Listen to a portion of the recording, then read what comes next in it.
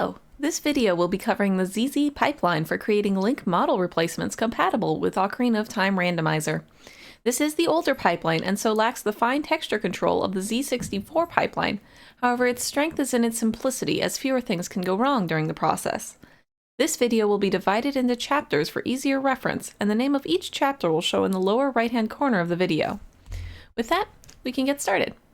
These are the programs you will need. Blender 2.79. I recommend getting the newest version, which is B, since it has the most bug fixes. It does have to be this version specifically. The Objects plugin, which will allow Blender to export your model into a file format that can then be given to ZZ Convert to create the display list file that is compatible with the Nintendo 64. I recommend also installing Objects 2 because while it is for the Z64 pipeline, it will allow you to fold your model far more efficiently. ZZ Play As is optional because the randomizer can accept ZZ Convert models directly.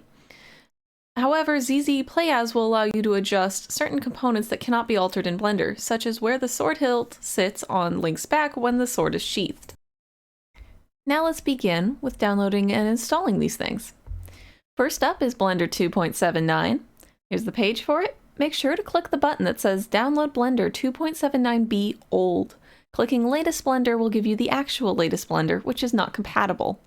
You can have multiple versions of Blender installed on your machine at once, but be very careful when opening Blender files that you are opening them with the same version that you saved the file with. This is the page for the Objects plugin. Here is the download button. It will download as a zip file. Leave it as a zip file, please. Here's the page for the Objects 2 plugin. The zip file link is right here. Also leave it as a zip file. Once you have Blender 2.79 installed, you'll want to open it, click File, User Preferences. At the bottom here is a button that says Install Add-on from File. Click that button and it'll open a page like this. Navigate to wherever you've saved those two zip files and click them one at a time, and then click Install Add-on from File. Of course mine are already installed, so I'm just going to click Cancel. Now to enable them, in the search box, type OBJ. That'll pull up several things, but the two that you need to enable are Import-Export Extended Wavefront OBJ Format and Import-Export Wavefront OBJ Format. I have a third here, but that's separate. Don't worry about that one. It's just these two that you need. As for the ZZ Pipeline program specifically, the download links will be in the description of this video. You can just download them, unzip them, and the executables will work. There's no need for any installation. You can save them wherever you like. Now before we begin in earnest, I'd like to cover a few areas of Blender 2.79 that may be difficult to locate if you're used to using a newer version of Blender. To begin, this bar right in the center contains your basic viewport options. For this process, the texture viewport is best because it will show you what the model will look like in-game. Never use the material or render viewports, as what they show you is inaccurate at best. If we go into edit mode, the three buttons for vertex select, edge select, and face select are right here in the middle. In addition, the button next to them will allow you to view the mesh that's behind the mesh. While we're in edit mode, let's talk a bit about rotation.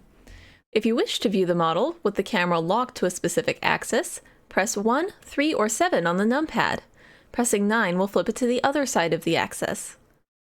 If you attempt to rotate mesh by using R without first locking this camera, you will likely accidentally rotate along more than one axis. If your keyboard does not have a numpad, you can either change the hotkeys in Preferences, or we have this panel on the left-hand side where you can click Rotate. If you click it once, it functions like pressing R. However, if you double-click it, this area below here, you can specify which axes you wish to rotate based on and how much. While we're looking at the mesh here, let's consider normals. Ocarina of Time, by default, applies backface culling to every texture, so you want to check your model over once before exporting to make sure that none of the normals are backwards. In order to help you do this, on the right-hand side you have this panel. If you scroll down to the shading section, there is a button you can click, Enable Backface Culling, which will allow you to quickly see which way your normals are facing. Now let's briefly talk about the Textures panel. While you're in edit mode, on the left-hand side here you have the same sorts of transform options as you do in the viewport. but for the texture UVs. On the right-hand side, you have the specific texture options, the most important of which will be your use alpha, of course. This process can only do all or nothing alpha, so it'll be 0% or 100% opacity for every pixel. If you have any pixels that are not, then ZZConvert will automatically choose which way they should go for you. Very importantly though, this section, game properties. Here is where you can clamp your edges for when your UVs escape. They can choose the color of the top pixel. Very straightforward. But you also have mapping, which allows you to select whether you want the color to be picked based on the UV coordinates or a reflection based. As an example for that, if I select the hair, here you can see that it has some form of strands, but if I change that to reflection, it does this instead. However, changing this option will not automatically change the texture type in-game. This is a two-part step. You also need to name the material correctly for that to work. I'll go over that at a later time, but while we're speaking about materials, this version of Blender is a little bit different from newer versions in that it has materials in one tab and textures in a second. So, when you want to create a material, first you create your material here, and then select this next tab here, create your texture, and then link your texture image. Because this pipeline goes based on the textures and not materials, anything selected on the materials tab will not really apply in-game. So don't try and diffuse the color here, actually edit your image. Finally, this is more of a word of caution.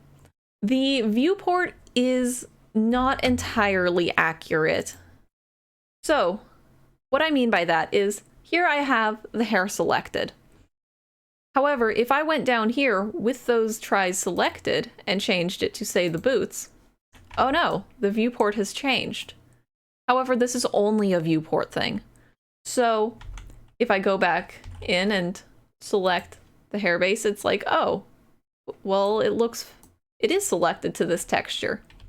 That would be true. If you loaded it in game, the hair would appear normal.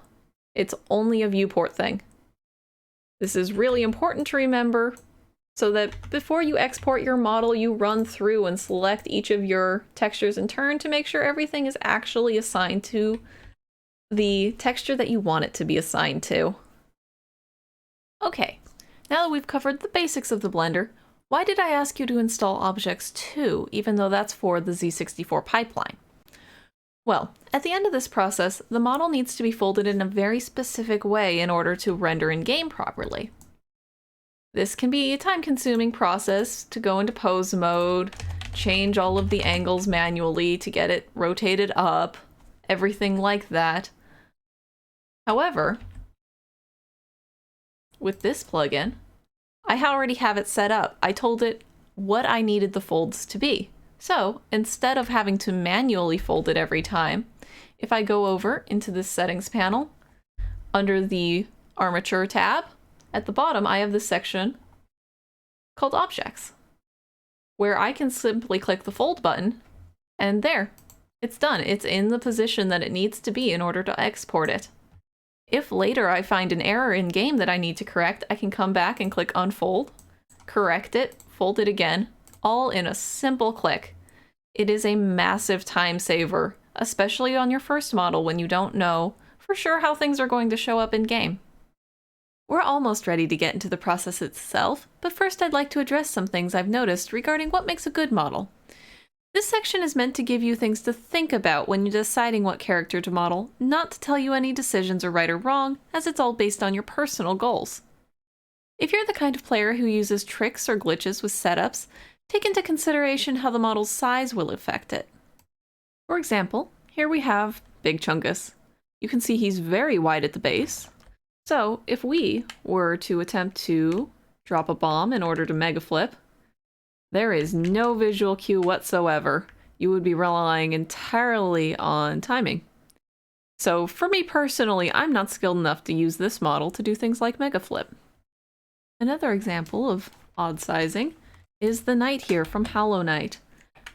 You can see he has a fairly large head, so when you do the boomerang, there is very limited visual for what you're aiming at, making this a little bit more difficult than it normally would be.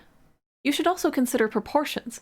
Some characters simply do not fit well into Link's skeleton, so you'll either need to get clever about it or accept the risks inherent to altering the skeleton. I have two models here I'd like to show you for working around the default skeleton.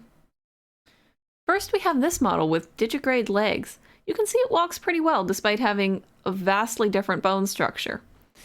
Let's go into Blender and you can see what I've done. Okay, so here's the same model. You can see that the skeleton is still identical to Link. However, if we look from the side, you can see I've lined the knee up with the knee. However, I've skipped the ankle bone entirely and instead given the foot bone to the toes. This is how we're getting this illusion, despite no alterations. The second model is this little scarecrow friend. You can see he's only got one leg, for lack of a better word, and it is mostly centered. Of course, both feet still have shadows on the ground, but that's not something we can change. But you can see he walks pretty well. He still moves with it centered, like a little bounce. Now if we go into Blender, you can see that I have the stick tilted towards the left leg. This is because that's where it's rigged to, but because of the way Link stands, it looks centered when we're playing in-game. Now if you would prefer to alter the skeleton itself to fit your model, please be warned that the skeleton will not be permitted in any Ocarina of Time randomizer races and may negatively affect the gameplay experience. I have a few examples of this. My first and biggest example will be Ganon himself. Obviously this model was designed to be like this. However, it does have some interesting drawbacks. For example, this Deku Scrub, I cannot hit it. I cannot block its Deku Nuts. I cannot hit it with the sword. It is simply too low to the ground to be hit by this skeleton size. This is a child model that has been sized up to fit Anju's size. However, this does come with other visual drawbacks, such as the Ocarina camera is still expecting child-sized Link. And when you try and climb a ledge, for example here, it goes way farther up. As far as I know, this doesn't have massive gameplay implications, unlike the big Ganon model, but it still does have visual implications. A model change which does have severe implications, however, is lowering the shoulders, such as on this SpongeBob model. The shoulders impact where the first-person aiming goes, thus making this model physically incapable of beating the shooting gallery. One last minor issue is that if you have a model that is shorter than Link and you have to move the feet up, it can result in the model appearing to float, such as on this Diddy Kong model. You can see that his feet do not touch the shadows on the floor. This is merely a visual issue, however I do think it's something to be aware of if you're making a shorter model. Now to be clear, there are no right or wrong answers here. This section is merely intended to help you understand the consequences of decisions you may make while making your model, but of course you are free to model however you like.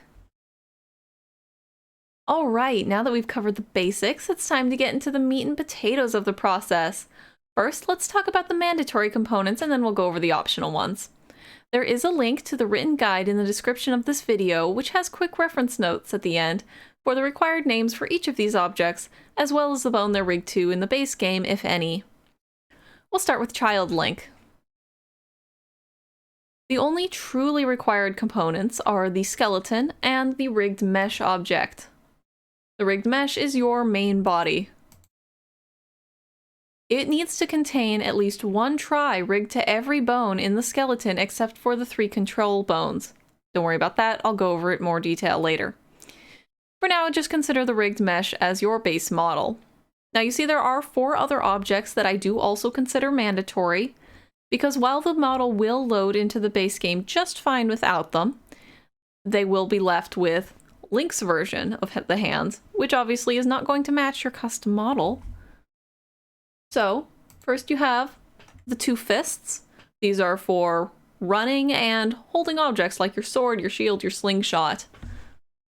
Then you have the bottle hand, which, like its name suggests, is for holding the bottle. And finally, you have the first person hand, which is not rigged to the skeleton at all. The ZZ Convert will handle that form of thing. The skeleton bones that we see in Blender are not actually all of the bones present. It's just the ones that the game needs in order to line everything else up. This hand is used only for holding the slingshot. Now, if we go over to the adult Link model, you see it's very similar. The rigged mesh and skeleton are still the only ones truly required, but it's also got your fists and your bottle hand. But the first person hands are split up. But you'll see that they're a little bit different because the forearm is kind of off to the side of where the fist is. This is just how it has to be laid out. Don't worry, it'll handle itself in game. The reason that these are two components instead of one is because the way that Link pulls the bow back, these have to have some wiggle room at the wrist. The right one is the most important because that's the one you're going to see in game most of the time, holding the bow. The left one, I normally just make a copy of the right and flip it, because you only see it for 2 or 3 frames while Link is pulling the bowstring back. So it's not nearly as important. So that's all of the mandatory components. Now let's take a look at the optional model components. I've switched to different model files because these ones have everything replaced for an easy visual while we go through this. Of course, these object names and what bones they're rigged to, if any, are in the written guide linked in the description as well. We're going to start with Child Link again. First, looking at the items rigged to the bones, we have our Blade 1, which corresponds with Hilt 1, to create the Kokiri sword. The reason it's separated is that the hilt needs to be able to go onto Link's back without the blade for when it's sheathed. We can't adjust through Blender how the sheath sits on the back though, but there is an advanced technique I'll go over at the end of the video if you want to adjust that. Next is Blade 2. This is the Master Sword that Child Link pulls out of the pedestal. This does not replace the sword in the pedestal itself, so this only shows for a second or so. Therefore, this is only really something you should replace if it's a matched set of models with an adult model. Then you have the more self-explanatory ones, like the boomerang, the bottle, that goes with the bottle hand, of course. Goron Bracelet is one I like to have fun with, because it can be anything. It doesn't need to be rigged to Link's left forearm, you can rig it anywhere. For example, if you wanted Link to get a flower crown when he got the Strength 1, you could just put a flower crown on his head, rig it to the head bone, and it would work just the same. The masks get interesting. Most of the masks, of course, only affect Link. However, the Bunny Hood, Skull Mask, Keaton Mask, and Spooky Mask, of course, are worn by NPCs. Of those, there are 3 we can change, but we cannot change the Skull Mask because the one that Skull Kid wears has glowing eyes, therefore is a different object in the code. The other 3 will affect the NPCs though. So if you make a Keaton Mask that's really small, or moved further back, it's going to end up clipping through the NPC's face. The Bunny Hood has its own set of restrictions because it gets dragged down over the running man's eyes, whereas Link wears it on the top of his head. So in the case of my Bunny Hood, that means that it clips through the front of his face and is completely unreadable, but I don't personally care for my own enjoyment since I don't really see the running man. That's a personal option of how you want to deal with things. Additionally, regarding the Bunny Hood, there are physics, of course, in the vanilla game that cause the ears to wiggle back and forth. We cannot apply those physics. Reintroducing those physics to a custom model would be hex editing and far outside the scope of this tutorial. So we will not be covering that. Next you have your ocarinas. Ocarina 1 is your fairy ocarina. Ocarina 2 is your Ocarina of Time. Of course, you have the sheath on the back. Personally, I don't recommend replacing this since lining it up with how the hilt will sit on the back can be very difficult. So unless you're willing to reposition things at the end with the advanced techniques, I typically leave this normal. You have your Shield 1, which is your Deku Shield, and your Slingshot. For the items that are not rigged to a bone, you have Deku Stick, which just kind of sticks out the center there. You have the forearm, of course, your shield too, which is your Hylian shield. It just kind of sits sideways in the middle of the model, and your slingshot string.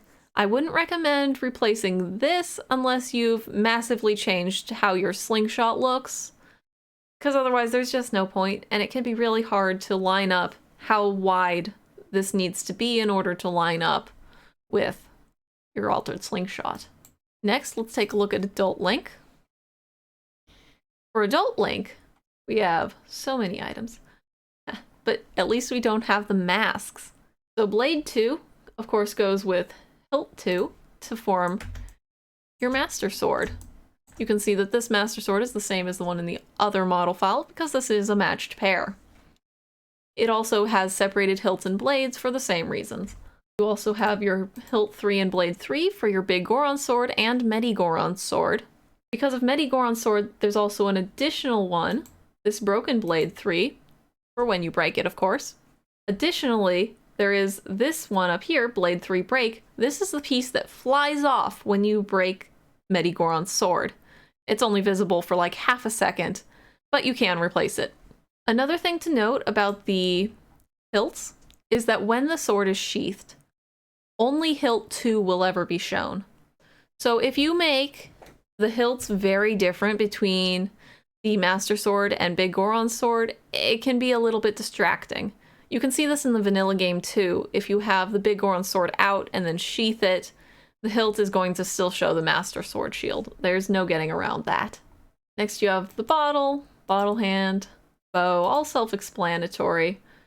Oh, the bow also has the corresponding bowstring item in the middle. Again, wouldn't recommend changing that unless you've significantly changed the width of the bow. For these feet, this is your iron boots.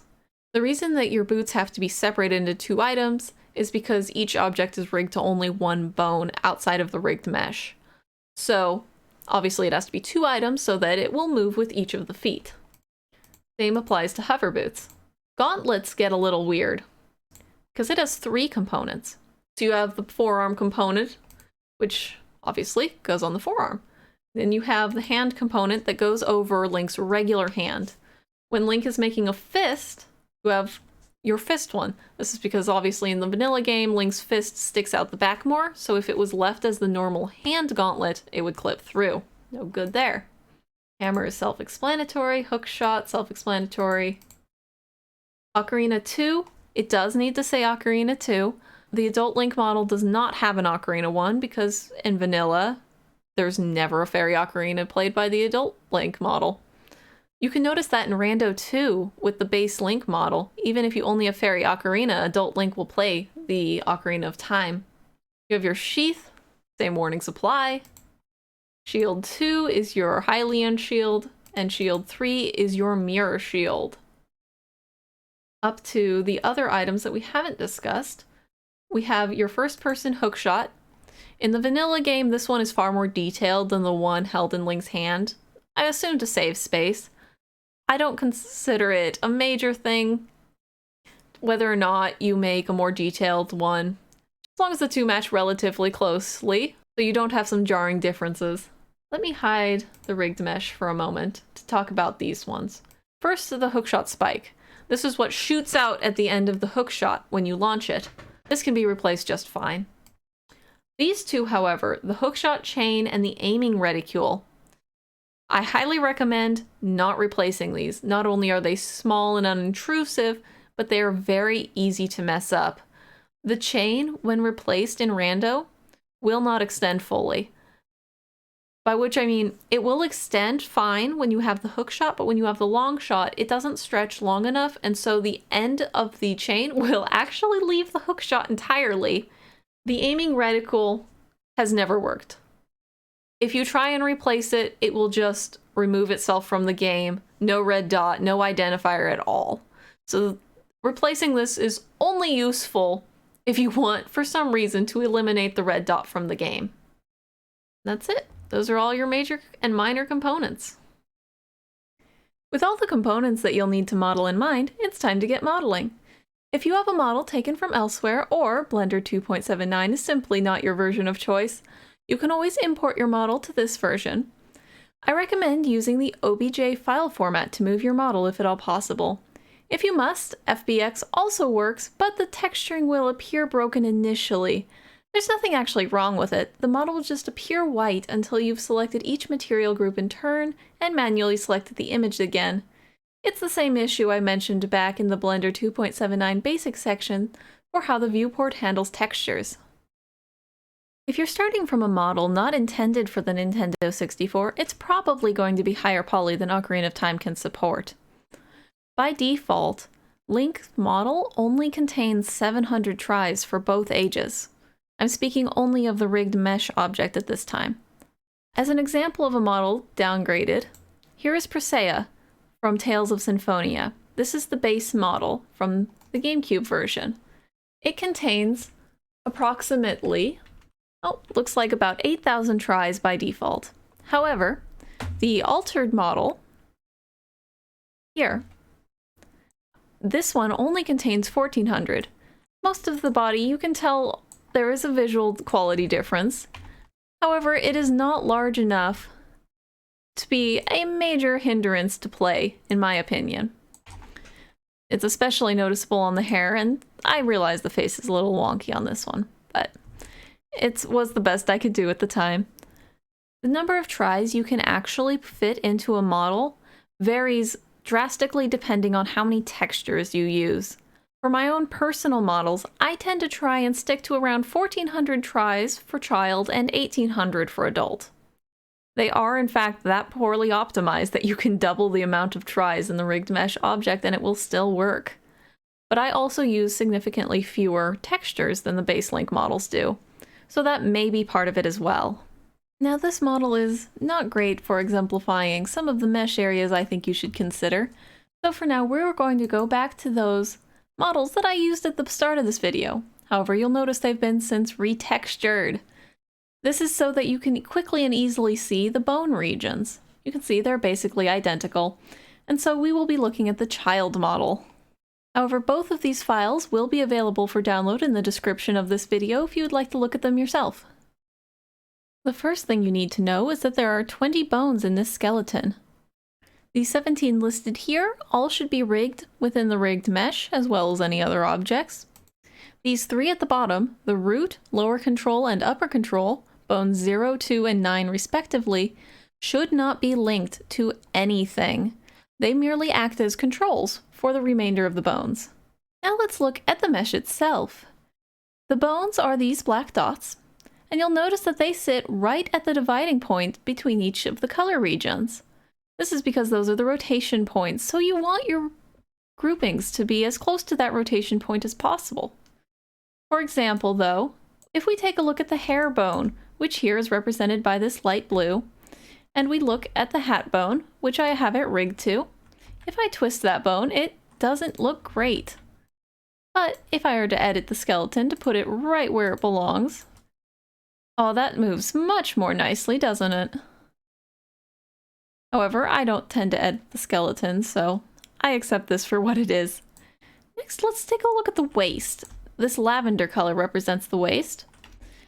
You'll notice that it not only wraps around the entire waist, but it also goes between the legs and all the way to the back. Let me to edit the mesh so it's more visible, and select this. There we go. These are the vertices assigned to the waist. They wrap all the way around to be the dividing point between the left and right thighs. Additionally, with this bone, it sits inside the torso, but is however not connected to it. If I move it, you can see visually that it's not. This is also true of Link's model, because the way that his animation twists the hips, for his idle animations especially, it looks very weird if they're connected. So for any models I do, I tend to instead disconnect them and overlap them. That way when it twists around, there's no weird stretching of the tries. Naturally, it's your decision whether you want to replicate this in your own models, but from my personal experience, it yields better results. Now lastly, there were a lot of bones, weren't there? Let's say that you have some that you don't need, like that scarecrow model I showed you earlier. We only needed one leg, so it's okay to just leave the other leg without anything rigged, right? No, unfortunately not. Every bone of those 17 must have at least one try rigged to it within the rigged mesh object. If you do not rig every bone, it has a very interesting side effect. I'm going to be using this model as the example, because this one is missing one of its bones being rigged. What happens when you pull out a bomb is it's no longer centered. Why does that do that? I don't know. But every model I've ever seen without everything rigged properly, that happens. You may think that that's not a big deal. However, if you were to try and use that model for any setup which requires bomb placement in a specific location, it would fail. So, just to make everyone's lives easier, I recommend always double checking that every bone has at least one try rigged to it. The next step for doing that is to understand that tries don't need to be big. You can make one very, very tiny and place it right on the bone. That's what I did with the Scarecrow model. There are 3 other bones that you may not use. The sheath you will never use within the rigged mesh object, since, as we saw earlier in the model components section, the sheath is its own object. So you will always need to add a spare try to any model you create. Just hide it in the chest, rig it to the sheath bone, and you're done. You may also not use the collar or hat bones, but you can do effectively the same thing. If you're not using the collar, also hide it in the chest. If you're not using the hat, I would recommend hiding it in the head instead.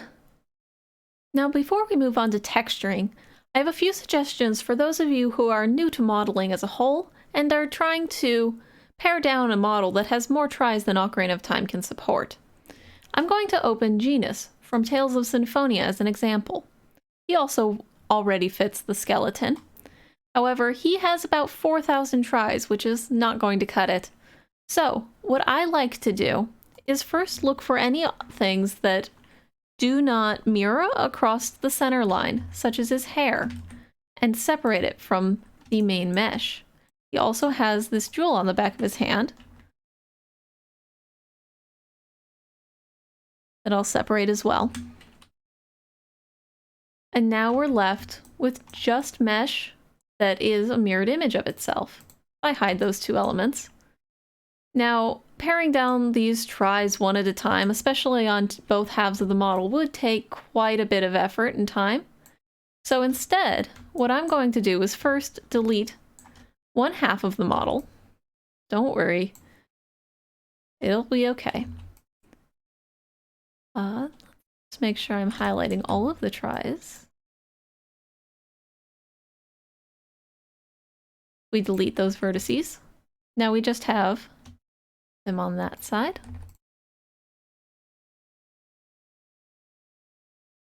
Making sure I didn't miss any.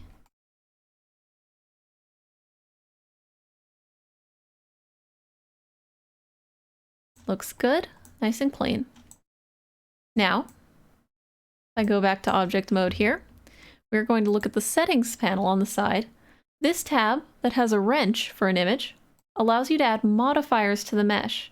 In this case, I want to use the mirror modifier. See, now it visually looks like you have both halves of the model again. However, in edit mode, you only have one. But if you move any vertice, it replicates across to the other side.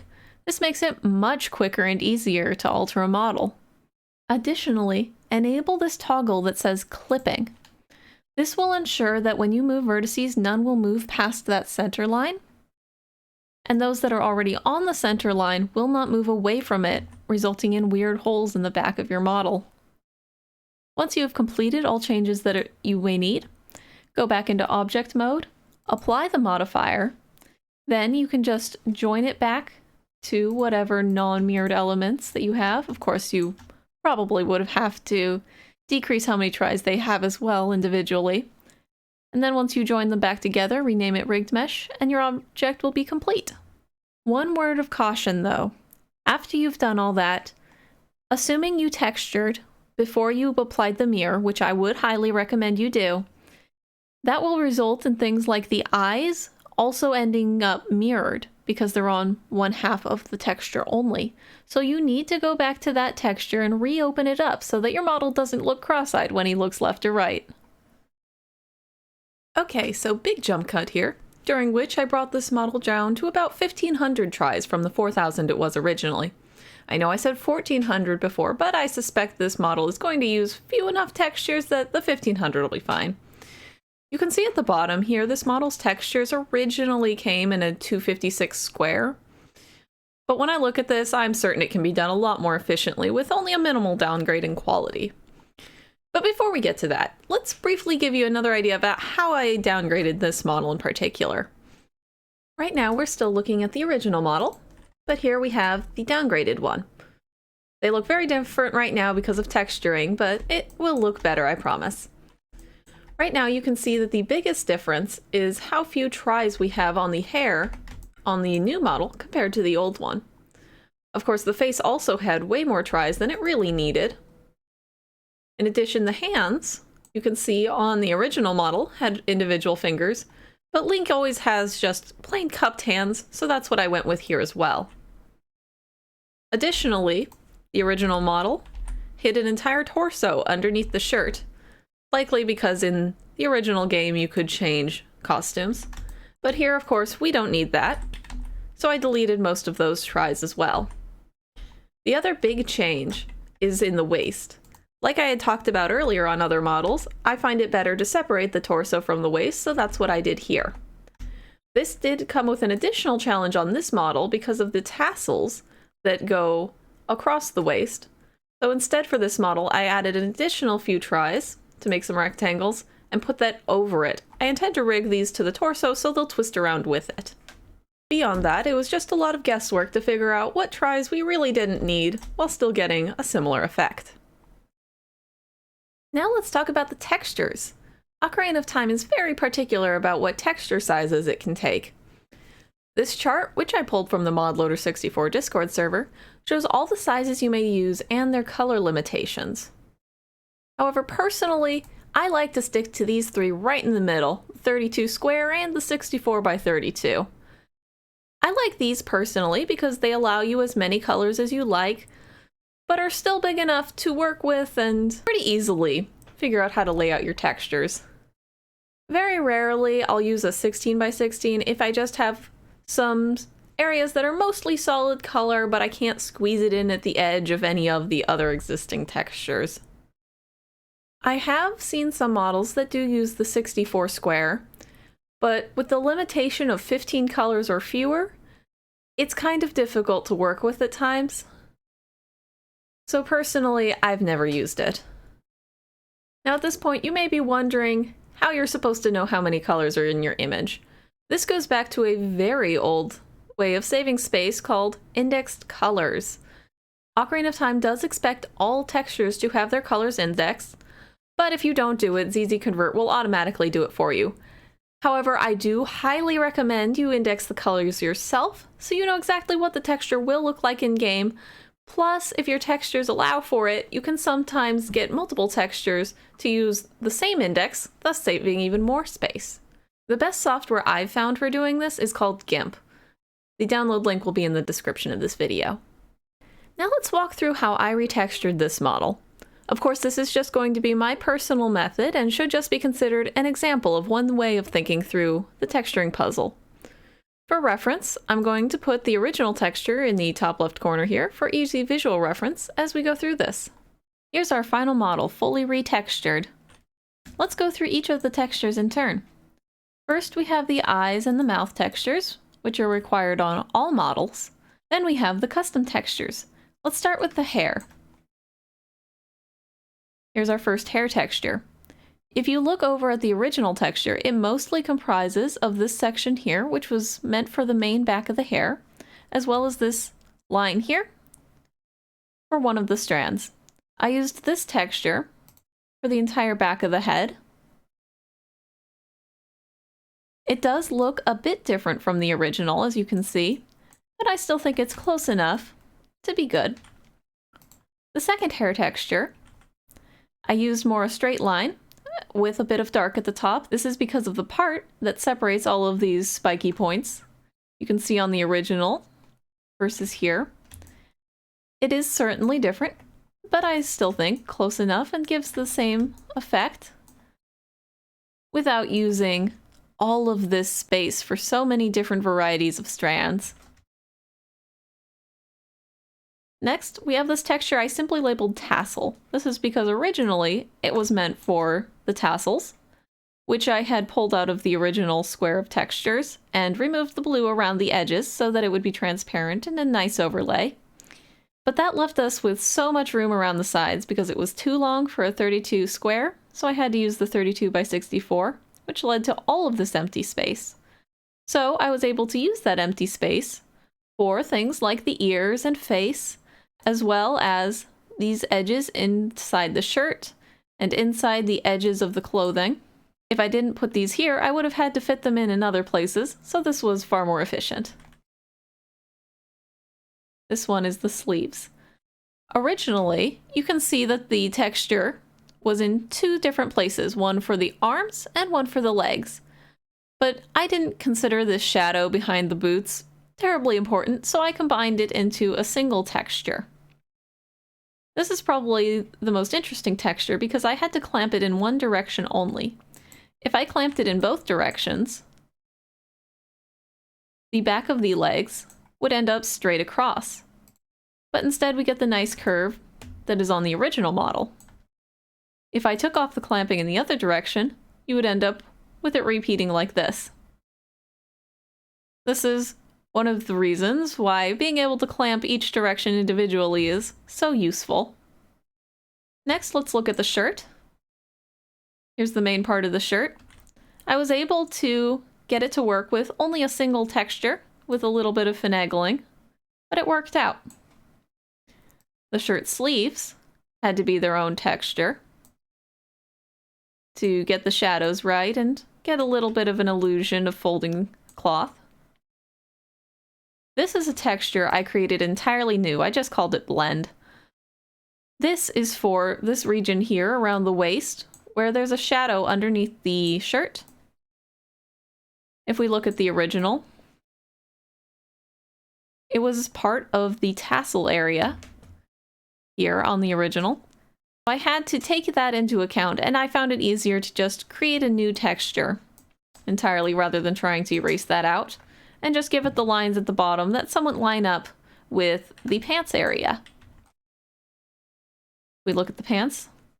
You can kind of see similar lines at this top. Because I clamped it along that edge, all of these ones above, those are what's creating the lines that then carry up to the torso area. If I didn't clamp it, yeah, that would not be giving the same effect at all. Moving on down, it's time for the shoes. Here's the main bulk of the shoes. This part, I had to change the mesh a bit after decimation to account for the fact that I was trying to mirror across the center line to get this wrapped around. You can see I wrapped around most of it except this section. That's because there's a belt buckle on this side, which obviously isn't going to be on both sides. But there wasn't room to fit it within this texture itself. So we have one more texture, which I made to fit that in, as well as handle the front of the shoe and the soles of the shoe. And that's it. That's all of the textures I needed for this model. With our textures all in place, it's time to consider any modifiers that we may want to apply to them by adding tags in the names. There are tags for object names, but all of those are already included in the naming conventions in the example Blender files and in the written guide, so I won't be covering them.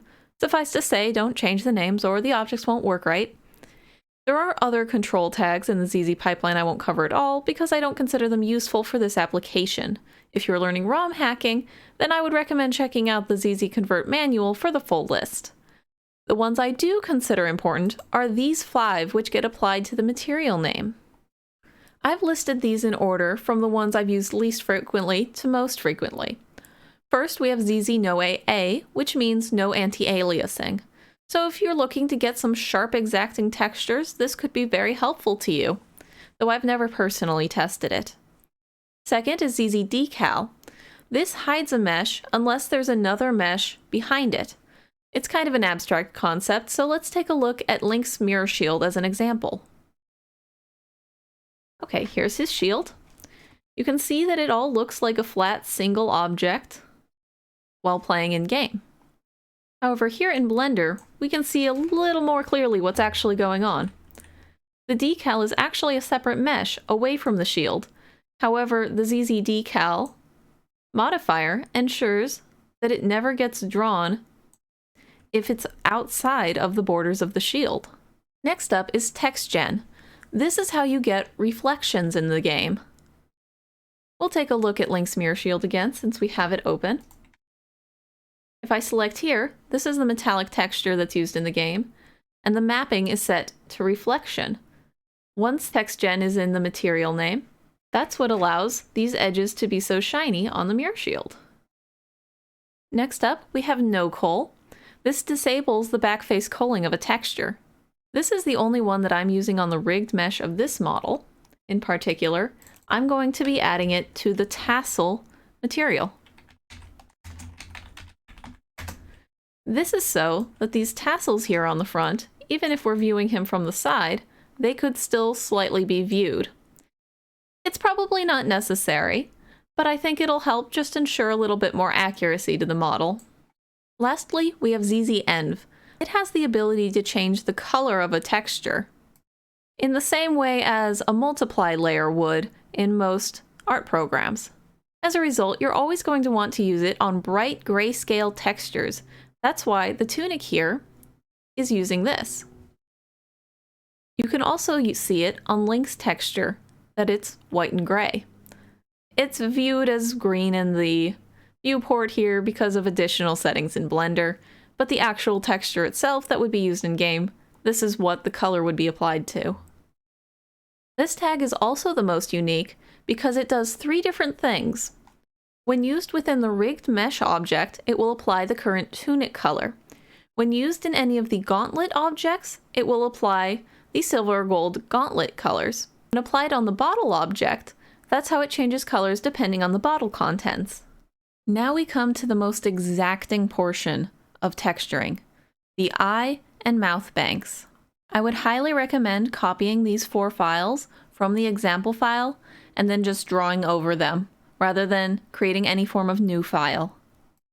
While you're doing the texturing, you'll be using the files on the right, which are called eyes and mouth respectively, in order to line things up. The ones on the left, which have to have these names and sizes specifically, are your banks. These are all of the expressions that Link can make. The 2 empty slots at the end of the mouth, those are required. Make sure that those are always there.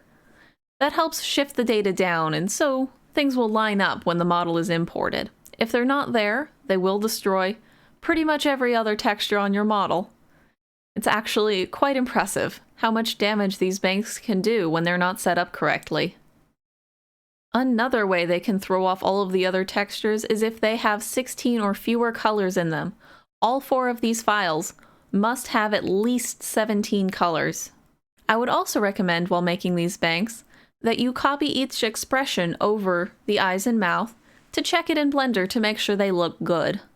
But always make sure to put it back to the initial neutral expression before exporting your model. In my case, I skipped that step, but only because Tales of Symphonia used a very similar file type of banks, so I was able to copy directly expressions without having to create any new ones. Now we've reached our final texturing segment, indexed colors. I mentioned earlier, this is required, and if you don't do it, ZZ Convert will do it for you. As I said, GIMP is your best bet for this process. All you'll do is load your texture, go to Image, Mode, Indexed. The default number of colors is 255. For most circumstances, I would just leave it at 255. But if you're using a 64 by 64 texture, then make sure to limit that down to 16. Once I click Convert, you can see in the top bar it says it's now an indexed color file. I'd like to see how many colors it has, so I'll go to Colors, Info, Color Cube Analysis. This will show me how many colors it has. This one happens to have 254, so it didn't even quite reach the limit. Now just go to File, Override, and you'll be done. Now let's say, for some reason, you've already indexed it, but you want to change the texture now. You would load it up again, and make sure to go to Image, Mode, and change it back to RGB. If you don't and leave it on indexed, let's say I choose a bright gold color. I want to add it. But oh, look at that. It's not part of the index, so it adds the closest color it can find, which happens to be a gray. If I change the mode to RGB, then I can freely add the colors again. Take special note of any textures that contain alpha, because once you index them, all pixels will either have 0 or 100% opacity, so you may want to go back through these and make sure that there are no pixels you don't want left or any that you wanted kept weren't omitted.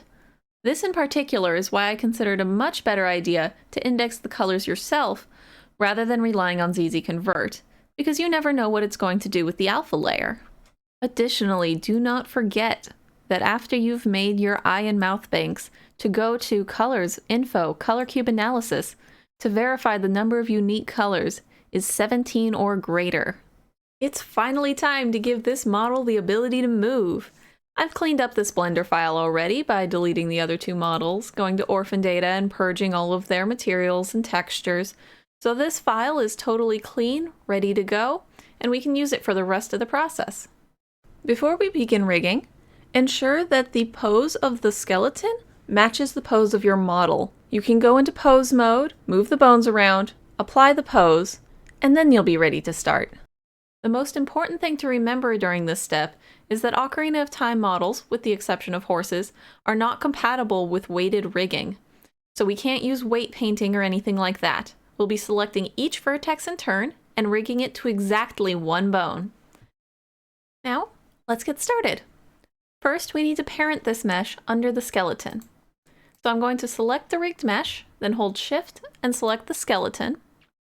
Now with both selected, move my mouse into the viewport space, press Shift and P, and now you want to select Armature Deform with empty groups. The groups it's referring to are vertex groups. It created them named after each of the bones, so when we assign a vertex to that group, the bone will move it. You can see this by selecting the rigged mesh, then down here in the settings, this little triangle, and here are all the vertex groups. As a quick refresher, here are all of the bone names. Personally, I find it best to start from the feet and work my way up. I also prefer to do this in the wireframe viewport, and if we go into edit mode, make sure that we're selecting vertices, we can begin the process. I'm doing this facing the model head on, so left is going to be on the right, and right on the left. I'm going to start by rigging the left foot, which is bone 8. These are the vertices that I like to select for... Oops, there we go. Yeah, I think that'll be good for the foot. Of course, we can always come back and adjust this after we check it in-game. But this is just a starting point. After I've assigned them, I press H to hide the vertices. That way I won't accidentally double assign them later.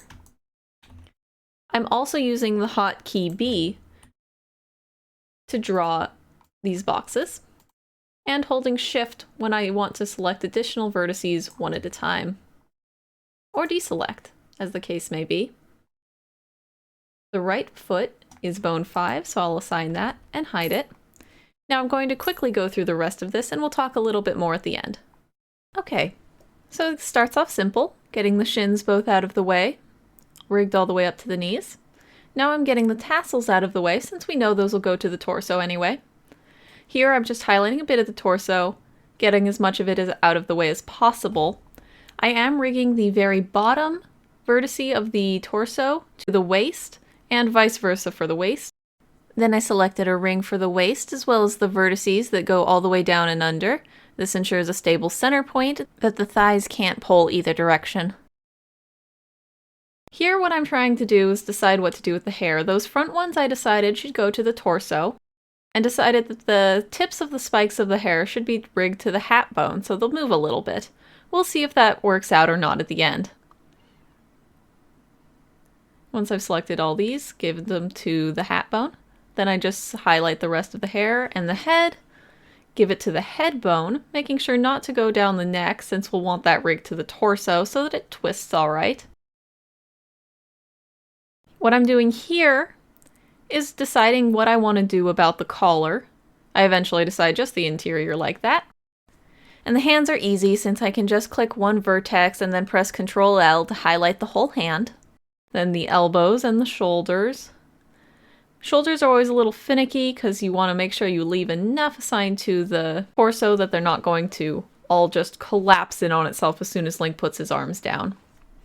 And then assign the rest to the torso. Final step there, I was using Objects 2 to double check that each vertex was assigned to one bone and only one bone. After rigging, I like to go through and move the bones around a little bit in pose mode just to see how things will move. In this case, I did find some things that I'd like to change. For example, these two vertices I assigned to the waist now. They weren't looking so good assigned to the thighs. I also went back and assigned the next row up of vertices here to the feet as well. Additionally, I decided that after moving the hat bone a little bit, the hair was not going to work, so I put it all to the head instead. And finally, the shoulders, when they were bent down, these bits bent down too much too, so these three vertices I reassigned back to the torso, and hopefully it'll look a little bit better now. But besides that, those are the only changes. Now we can get to folding. Now this model is in the T pose. However, it is possible that you will have a model that's in the A pose like this. Obviously, you're going to have to rotate the bones differently for each of these two poses in order to get the same folded result. If your model is in the A pose, these are the rotations you'll need to do. If your model is in the T pose, these are the rotations you'll need to do. For the purposes of this video, I will be doing it from the T pose simply because that's what I'm more used to doing. So let's begin. First, select the skeleton, enter pose mode of course. Over here on the side, you'll need to do the rotations here just to make sure they're exact. I use the XYZ Euler. This is the one that previous chart is based on. So, I have first the shoulder selected. You can see here it's limb 13. Which means it needs a negative rotation and a 180. The other shoulder will be the opposite, positive 90 rotation and then 180. I then like to do the feet. They just need to be flattened out. There we go. Now I like to do the hands, which need to be rotated up. There we go. Now the hair, limb 11. This one is the weird one, since it has a different rotation between the adult and child skeletons. However, personally, I've found that I need to use different rotations for this depending on how far away the whatever mesh is rigged to this bone is. It can be a little funny. You might have to tweak this one a little bit depending on your model. Now the head, it just needs to go backwards. The sheath bone, I do recommend still rotating this even though it's just has one unused try rig to it. You still need to rotate it. It has a weird rotation, but it's alright. Last one is the waist bone. This one can give you a little trouble because there are 3 bones right here in the middle. 9, 12, and 1. And 20, actually. You need to click through them to make sure it says limb 0, 1. If you rotate by the wrong thing, it gets a little weird in game. And then you just flip it over on itself. Like that. And that's the pose required. Now we need to apply this pose. We need to go back to object mode and select the mesh instead. Under settings, we go to the modifiers and apply the armature. Now we go back, select the skeleton again in pose mode, highlight all of the bones, and then you need to apply the pose as rest pose. Then go back to object mode, select the mesh again, add the armature modifier back, and select the object again. Now it's fully ready. I've now reverted the model back to the point where it was still posed, and you can see the numbers here, so this has not been applied yet. So if you have Objects 2 installed, you can instead save a pose over here on the other side, it lets you save the pose. Test. We'll say this, I'll just name it test, save it as folding pose. Click save pose again. Now I have a new one here. So if I go back to object mode, tell it to fold to that position, it applied automatically all of the stuff that you had to do manually before. And if I click unfold, it's back to this, allowing for easy mesh manipulation again if you find that there's any problems with the rigging or anything. Super simple, super fast. This is why I really think you should install objects too. Alright, now we can export it. Make sure that you are in object mode and you have the skeleton selected. If you don't have the skeleton selected, it's not going to work right. So go to File, Export, Extended OBJ. Do not select Objects 2. You want the one that says Extended OBJ. Then it opens your screen to save the file, name it, save as, and now we need ZZConvert. You need to make sure that link hierarchy format and embedded player as data are selected. Then objects to ZOBJ. It gives you this little window here. Just click OK. Then it lets you select your objects file. A second little instructions pop up. And here's where you name your ZOBJ. Now it will output this screen.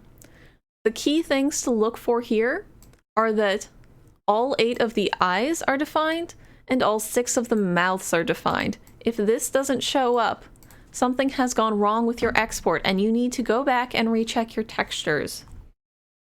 Additionally, all of the limbs, except for 0, 2, and 9, should show up here. If they don't, that means that one of your limbs is missing something rigged to it. And then, of course, the skeleton itself. If yours looks similar to this, then great! You've done it perfectly! It's time to load it in the game! And here he is, finally in Ocarina of Time. Of course, this model is not yet complete. I only replaced the rig mesh. You can see the hands are still Link's hands for when he's running. The bottle hand and the first-person hand also need to be replaced. But at least the rig mesh works. None of the textures have broken, so we know the eye and mouth banks are good to go. So this was a very successful first test. Now that you've got your model working, I'm sure you're excited to play with it, but once you've enjoyed it for a while, perhaps you'd consider sharing it with others. If so, please also consider sharing it with the ModLoader64 community. They have been invaluable in getting models working natively for Rando, so I'd like to give back to them however I can. Turning a ZOBJ file into a mod for that platform is really very easy. It's effectively just a zip file, and you will be giving them just a zip file that they'll then convert.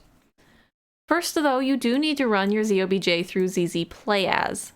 This is really very simple. Here's the program, ZZPlayAs.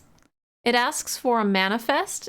You'll find it's either named Child Link or Adult Link, respectively. The bank ZOBJ, which is a ZOBJ that is vanilla Link with all of his components. This is so that they can add in all of the components that you didn't add when you changed out the files. The PlayAs ZOBJ is your new model. Just make sure you check the import for the correct age. The destination will be another ZOBJ file, but when you open it, you'll see there's nothing showing. That's because by default, it's looking for a decompressed ROM. Just change that to ZOBJ, and now you'll see your ZOBJ. The import one is just a copy of your existing one, so just copy it, rename it. Then you can import to it. Click import. It'll say ZOBJ written successfully, hopefully, and show you a list of all the components and where on the file that they've been placed. This is only really useful if something goes wrong and you need to do some debugging. Now it's time to make the mod itself. First, you'll need the template for it. This page is linked in the description, so we'll just download this zip file, save it. We're going to extract that file. Now that we've extracted the template, this is what you'll see. I know it looks a little bit complicated, but it's really very simple. You only really need to do 3 things here. First, let's go find our ZOBJ file. I'm going to copy the PlayAs file into this folder. And I'm going to rename it just for clarity's sake. I'm going to name it with child genus OOT, because mod loader also works for Majora's Mask, so I like to keep things clearly named. Now, we want to replace that icon. That'll be the image that shows up next to the mod in ModLoader 64. I already have one from Sheena, so I'm just going to replace it. For you, though, just open it in any kind of image editor and draw over it. The size does matter, that's why I recommend drawing over it. Now, this is the most complicated part. You'll need to open package.json. Any text editor will open it, though. So we'll need to name it, give a description,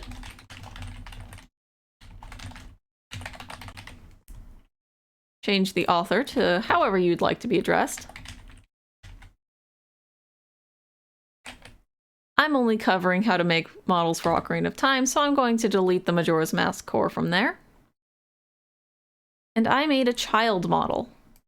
So I will put the file name here. We named it.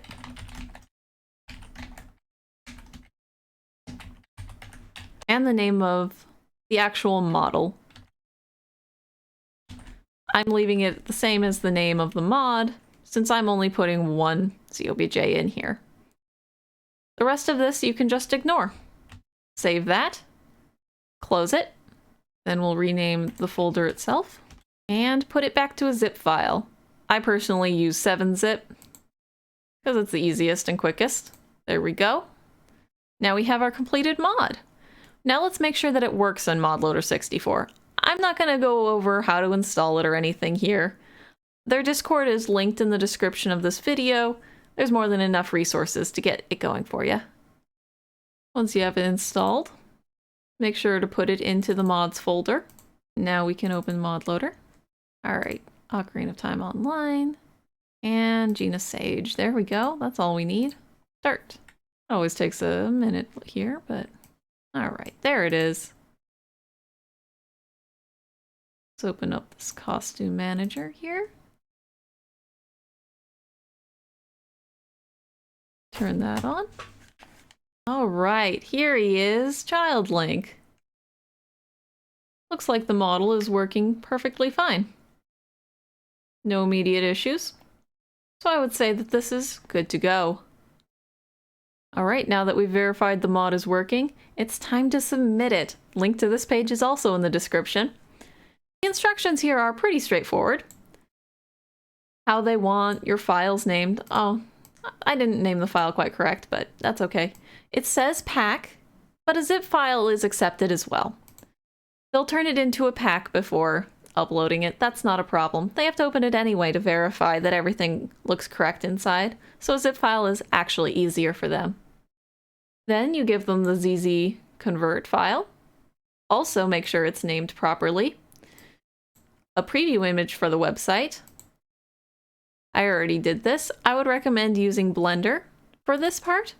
I just usually do a render in Blender so that it has a transparent background, because I think the transparent background looks a little bit nicer.